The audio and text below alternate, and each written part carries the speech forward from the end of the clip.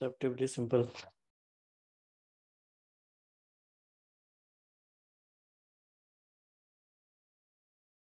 तो काफी अच्छा। डॉक्टर साहब ये बताएंगे, आपके पास तो बुक है, कितने पेजेस हमने कवर किए हैं अभी with the help of audio? How many? आप अनम्यूट कीजिए।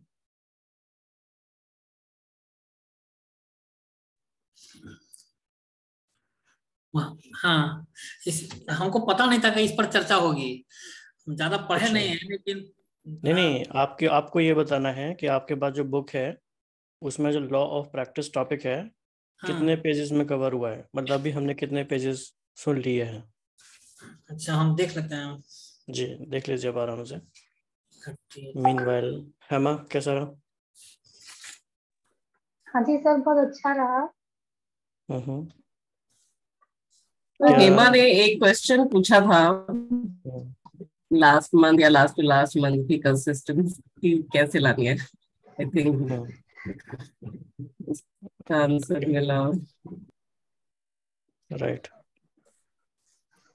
क्या रियलाइजेशन हुई हेमा? सर रियलाइजेशन ये हुई कि समटाइम्स क्या होता है कि मैं चीजों को प्रैक्टिस नहीं करती हूँ, तो उस पे काम करने का बहुत जरूरत है मुझे। और लास्ट मंथ हम जो वो ऑडियो बुक सुन रहे थे कि अपना रूटीन कैसे सेट करें, तो सर मुझे लग रहा है ये सारी चीजें एक दूसरे से इंटरकनेक्टेड हैं कि जो आपका डेली रूटीन है वही डिसाइड करता है कि भाई आपकी कंसिस्टेंसी कैसी है, आप फोकस्ड कैसे हैं। तो ये सारी चीजें हैं। तो आप कोई एक ऐसी चीज बता सकते हो जो आपने 1 मंथ तक प्रैक्टिस की है लगातार कभी भी? हाँ जी सर, गूगल शीट फिल करना है एंड एक्सरसाइज करना है। और सर स्टडी का वो चलता है, वो थोड़ा ऊपर नीचे होता है, बाकी कोशिश करती हूँ कि पूरा हो जाए। और पोमोडोरो सेशन? हाँ वो भी सर। हाँ, जैसे है तो बहुत सिंपल बात। अब इसमें क्या ही गहरी फिलोसफी है कि भाई 25 मिनट्स काम करना है, 5 मिनट फिर ब्रेक है, फिर काम करना है, फिर ब्रेक है। कुछ जगह समझ गया, बस हो गया। इसमें अगला बताओ नेक्स्ट टूल क्या है। तो वही बात वो कह रहे हैं कि नहीं, you need to master that. और हमने देखा कि पूरी पूरी बुक्स सिर्फ इसी एक टॉपिक के ऊपर लोगों ने लिख दी हैं। और आंचल जी ने तो पूरा मंथ प्रैक्टिस भी किया। तो आंचल जी, आप कैसे कनेक्ट कर पाए इस ऑडियो को आपके एक्सपीरियंस के साथ?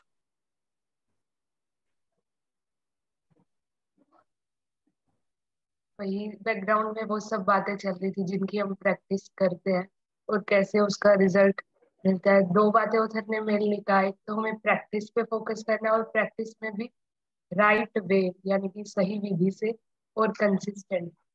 तो जैसे एग्जाम्पल भी दिया कि मेडिसिन ले रहे हैं बट जो इंस्ट्रक्शन दी थी, जिस मेथड से बताया था डॉक्टर ने, उसी तरह से ले रहे हैं या नहीं, तो वो इम्पैक्ट डालता है। और जो कोटेशन यूज किया कि rewards are far greater than effort you put. Right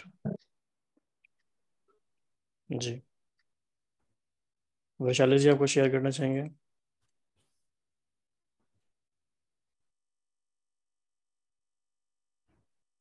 सबसे इम्पोर्टेंट तो solid understanding of mind is बहुत जरूरी है। फोकस तो हम स्किल है वो अक्वायर कर सकते हैं, पर कई सारी चीजें है जी। तो अच्छा, आप तो आपका एस्टिमेट क्या है? हमने बुक के हिसाब से कितने पेजेस पढ़े होंगे, सुने होंगे? बट आपने जो लास्ट टाइम किया था और इसमें बीच में कुछ छोड़ा नहीं है ना, मतलब बीच में, क्योंकि व्हाट ही वाज मेंशनिंग कि हमने पहले वो देखा कि इंटेलेक्चुअल माइंड के पास डिस्क्रिप्शन नहीं होता है। तो आई थिंक वो एनर्जी के बारे में, मतलब जब that time we were first में देखा था हमने कि एनर्जी के पास अपना डिस्क्रिप्शन नहीं होता है, मतलब सो मे बी दैट वाज, हमको लगा कि कहीं मिस तो नहीं हुआ है बीच में। ओके, हमारा हमने लास्ट पढ़ा था death the greatest impetus, right? हाँ तो फिर हमने ये पढ़ा। हाँ, 4 इम्पेटस बताया तो सर, तीसरे के बाद ही इस पे आ गए लॉ ऑफ प्रैक्टिस में। 4th इम्पेटस अभी नहीं हुआ है ना, या दिस इज द शायद 4th वन। लेकिन इटसेल्फ ये काफी इम्पोर्टेंट था, law of practice. So we did it today, 20 minutes. तो डॉक्टर साहब मिला आपको क्या बुक में कितने पेजेस हमने पढ़ लिए लॉ ऑफ प्रैक्टिस में? मैंने तो इसको पढ़ा नहीं है पहले, लॉ ऑफ प्रैक्टिस का मैंने पढ़ा नहीं है, हमको पता नहीं था कि नहीं, आपको ये बताना है लॉ ऑफ प्रैक्टिस जो हेडिंग है बुक में कितने पेजेस में कवर किए उन्होंने? इंडेक्स में होगा, इंडेक्स में दिखेगा। इंडेक्स में भी होगा या जैसे भी बुक का लेआउट है? 8 पेज में, 8 पेज में है। 8 पेजेस में। तो मतलब ये रियलाइजेशन की बात है ये भी कि अगर कोई हमसे कहे कि 8 पेजेस तुम्हें पढ़ना है बैठ के, और वो भी फोकस जैसे टॉपिक पे, तो शायद ही हम पढ़े। लेकिन विदाउट एनी इंटेंशन, खेल खेल में, बातों बातों में हमने 8 पेजेस सुन लिए और अच्छे से सुन लिए। कोई सोचो अगर 8 पेजेस डेली सुन ले तो 1 मंथ में कितना कुछ वो लर्न कर सकता है, कवर कर सकता है। तो ये इटसेल्फ इस बात का एप्लीकेशन है जो उन्होंने बताया आज, कि कंसिस्टेंटली आप करते हैं तो काफ़ी कुछ उसके अच्छे रिवॉर्ड्स हैं। शिखा जी, आपका क्या शेयरिंग है और क्या कहना है ओवरऑल? तो इसमें एक तो ये जो बोला है पहले कि हम पढ़ते तो जाते हैं, एंड जो बहुत इंपॉर्टेंट बात कि सारे आंसर्स हमारे पास हैं, रिसोर्सफुल हम सारे हैं, क्योंकि ऐसा नहीं है हमें पता नहीं है, लेकिन only thing is we just want to share, मतलब जैसे उन्होंने बोला कि हमको अपने जाके उनको खाली प्रॉब्लम्स बतानी है, but then even after listening everything you know, as an वही है कि हमने सिर्फ अपने में बैठ के रिफ्लेक्शन नहीं किया, उस चीज को प्रैक्टिस नहीं किया है, तो वो जो हमारा एक नॉवेल्टी बायस रहता है, हर चीज हमको नया चाहिए, हमने पढ़ लिया, लेकिन what are we taking away, या फिर हम जो बार बार भी पढ़ते रहते हैं वो किस लिए, कि वो कंसेप्ट हमारे रिवाइज होते रहे। जैसे ये इसमें जो बोला कि पियानो सीखने की बात है या फिर कुछ भी, तो जो हम लोग ने मतलब सबको पता है 10,000 आवर्स का रूल भी है। तो ये वही है कि जितना you will keep on doing, और जो एक होता है ना अपनी मन मत लगा देते हैं कि ये ऐसे नहीं ऐसे होना चाहिए, तो वो भी एक है कि हम जब तक संपूर्ण समर्पित होकर नहीं कर रहे हैं तब तक वो चीज नहीं, उतना इफेक्ट नहीं देगी। तो जो भी आंचल जी ने वो मेडिसिन का भी एग्जांपल दिया, तो जब कोई चीज प्रिस्क्रिप्शन के साथ आ रही है तो उसको एज इट इज फॉलो करना है, तो इसके लिए हमारे फेथ और बिलीफ का बहुत इम्पोर्टेंस है उसमें। And every time when we sit for studying या कुछ और नया सीखने के लिए, तो वो हम एक ब्लैंक स्टेट में कि हमें कुछ नया सीखना मिलेगा, ऐसा नहीं है कि whatever we know already उसी के ऊपर एडिशन है। Can we look at it from a different angle, new angle, वो एक बहुत इम्पोर्टेंट थिंग है कि हम, क्योंकि चीजें तो वही वही हैं, ज्ञान तो एक ही है, उसी को हम अलग अलग तरह से पढ़ रहे हैं, समझ रहे हैं, तो हम कितना उस चीज को इम्बाइब कर पा रहे हैं वो डिपेंड करेगा कि हम कितना कॉन्सेंट्रेट करके और उसको प्रैक्टिस में कितना ला रहे हैं। और हम व्हाट वी प्रैक्टिस वही होता है, मतलब we play what we practice, तो हम उसी चीज को बार बार, क्योंकि एक ही चीज वो होता है ना कि वो पत्थर पे भी वो पड़ने लगते हैं निशान, अगर हम कंटिन्यूअसली कर रहे हैं, तो जो चीज हमें चाहिए तो एक वो धुन लग जानी चाहिए कि इस चीज को हमें करना है, तो फिर मतलब करना है, फिर वो बाकी और कुछ कैसे अनइम्पोर्टेंट हो जाए और उसी चीज के ऊपर हम काम करते रहें। तो जो उन्होंने बोला कि हम बुक क्योंकि फोकस के कि मेरे से तो नहीं होता है या मेरे लिए it's not my cup of T, तो वो हो सकता है लेकिन उसकी विधि के साथ ही करना है, तो विधि से ही सिद्धि मिलेगी। तो उन्होंने सबसे पहले जो बोला कि जैसे ये कुंफू के बारे में बताया कि कुंफू क्या है, इट्स जस्ट सुप्रीम स्किल, और वो भी कैसे हार्ड वर्क से आएगी। तो there is no shortcut to it, कि वो अभ्यास और अटेंशन ये दो हमारे संस्कार रहने ही हैं, वो करना ही है। तो वो जब तक नहीं होगा तब तक मास्टरी किसी चीज पे नहीं आएगी। और मास्टरी और फोकस उन्होंने बताया कि 3 चीजें, प्रेपरेशन, हार्डवर्क और एंडलेस रेपिटेशन। तो एंडलेस रेपिटेशन में ही हर जगह फेल हो जाता है, क्योंकि सब लोग स्टार्ट तो बहुत अच्छे से करते हैं और मेहनत करने के लिए भी रेडी होते हैं, लेकिन कहीं ना कहीं वो बार बार करने में वो जो बोर होने लगते हैं या फिर उतने नॉवेल्टी वाली चीज नहीं रह जाती है, क्योंकि इसीलिए न्यूनेस लानी जरूरी है हर चीज में, कि हम कैसे एक ही चीज को अलग अलग तरह से कर रहे हैं, तो फिर हम फोकस को भी मास्टरी कर सकते हैं। सो दैट वेज हम अपने हर चीज को क्यूरियोसिटी और ओपन माइंड से सुने, तो फिर सब कुछ हो सकता है। और एक कर सकता है तो बाकी भी कर सकते हैं, तो वो मॉडलिंग वाला भी उन्होंने बताया कि ऐसा नहीं है, और बार बार कोई कोई बता रहा है तो we should not just rub it off और टेक इट फॉर ग्रांटेड, ये तो बोलते रहते हैं। सो वो भी राइट। लॉ ऑफ प्रैक्टिस को देखा जाए तो इस तरीके से भी कहा जाता है कि पावर ऑफ हैबिट भी यही चीज़ है, या लॉ ऑफ फ्रीक्वेंसी भी यही है, कितनी बार आप फ्रीक्वेंटली आप कर रहे हैं वो चीज़। और न्यूरोलॉजिकल पॉइंट ऑफ व्यू से देखा जाए तो न्यूरल पाथवेज बन जाते हैं, ग्रूव्स बन जाते हैं। उसका भी लॉजिक यही है कि जितनी बार रिपीट करेंगे तो वो नेचुरल हो जाता है, ऑटोमेटिक हो जाता है, अनकॉन्शियस कॉम्पिटेंस बन जाता है। तो बहुत सारी पर्सपेक्टिव हैं एक ही बात को समझने के, और शैलो और वाइडर जाने की बजाय नैरो एंड डीप जाना है हमें। तो वो जो पहले भी बात हुई थी कि अनलेस अनटिल वो क्लैरिटी ऑफ पर्पस है, that what do I need to work upon, और एक टाइम पर एक ही चीज पे काम करना, मतलब instead of working on too many things at a time, taking one thing which we want to work upon and just going deep into it, that also will work. It cannot be जैसे last वाली book थी ना focus में कि तब everybody cannot be present everywhere, so it has to be concentrated. अब ये जो बात है ना बड़ी कॉम्प्लेक्स है, मतलब ये वन साइज फिट्स ऑल में नहीं आ पाएगा शायद। अब जैसे मान लीजिए हम किसी से ये कहें कि आप एक ही चीज़ पे फोकस करिए, लेकिन नेचर ऑफ लाइफ इस तरह का है, डिमांड्स ऑफ लाइफ इस तरह की हैं कि हमें कई बार मल्टीपल चीज़ों को एक साथ देखना होता है। तो उसको प्रॉपरली मैनेज करने के लिए फिर पोमोडोरो की जो टेक्निक है बहुत ही इफेक्टिव है। और पोमोडोरो में अपने आप में इतने सारे कस्टमाइजेशंस के ऑप्शंस हैं कि सारी चीज़ उसमें फिट हो जाती है।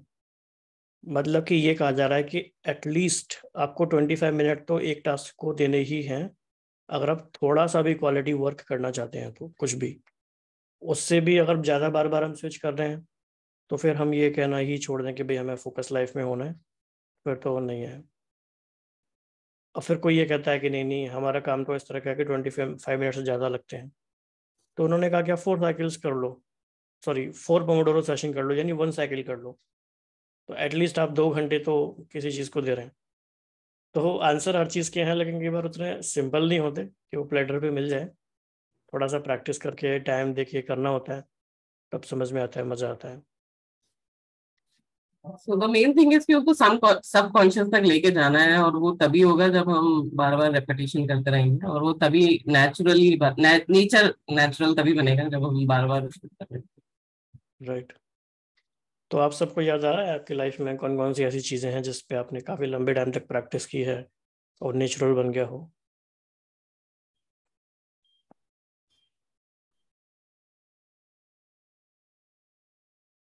मेरे साथ तो बहुत सारा है। जैसे जैसे सुबह उठना नेचुरल। राइट। और कोई स्किल्स में कोई कोई चीज़ें? मल्टीटास्किंग। ओके, पैराडॉक्स है ये तो। सही बात है। हेमा आपको कुछ याद आ रहा है? वैशाली जी आपको कुछ याद आ रहा है? कोई ऐसी चीज़ मतलब जो और लोगों के लिए बहुत ही ऐसा हो कि अरे भाई ये आप कैसे कर लेते हो, पर आपने इतनी बार किया कि आपके लिए वो नेचुरल हो गई है? सर जब मैं घर पे एक्सरसाइज करती हूँ तो घर पे सब लोग नहीं करते हैं, लेकिन मुझे ऐसी डेली की आदत हो गई है। ओके।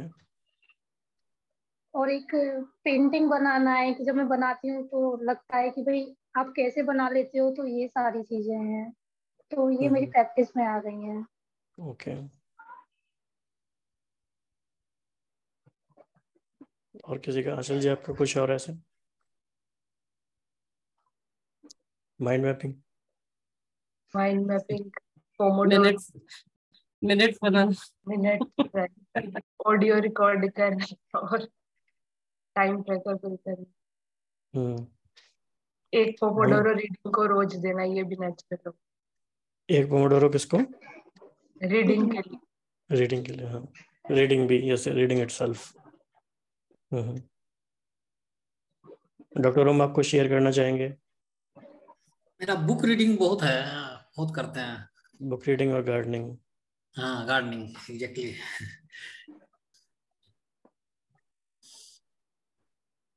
तो अच्छा है ये, बहुत ही प्रोफाउंड है जो हम कुछ सुन रहे हैं। बुक्स इतनी बड़े बड़े वो स्पीकर्स हैं जिनका 30-40 ईयर्स का एक्सपीरियंस है अपनी लाइफ का, तो उनकी विजडम प्रोफाउंड है डेफिनेटली।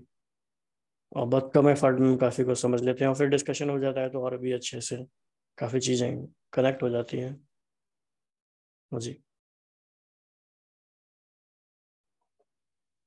कुछ कह रहे हैं शिखा भाई?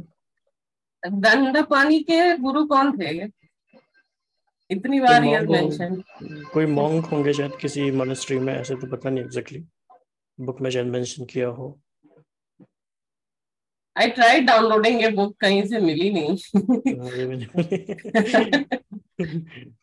You have to buy hard copy other, या फिर ऑडियो बुक, और वी कैन वेट। तो ठीक है सुन जी, ही आज रहे इतने हैं, का। फिर क्या जी करेंगे। हाँ, किसी को कुछ और कहना है? Last comments? कितने सेक्शन है इसमें, कुछ दिया है क्या मतलब ऑडियो बुक में? काफी सारे हैं ऐसे तो, अभी तो 9 घंटे की बाकी है। या फिर वो बार बार एक ही बात बोलेंगे ना, इसके लिए शायद होंगे। ओके, तो अगला नेक्स्ट टॉपिक इसमें है इंटेंशन एंड ओबीडियंस, फिर है पावर ऑफ स्मॉल, फिर है ineffable mind, understanding the mind, world's most powerful tool, mind's great secret, mind as dimension, awareness as a traveller, importance of technology. बहुत सारी चीज़ें हैं, बहुत सारे चैप्टर हैं, 10 चैप्टर हैं टोटल, लेकिन मज़ा आएगा।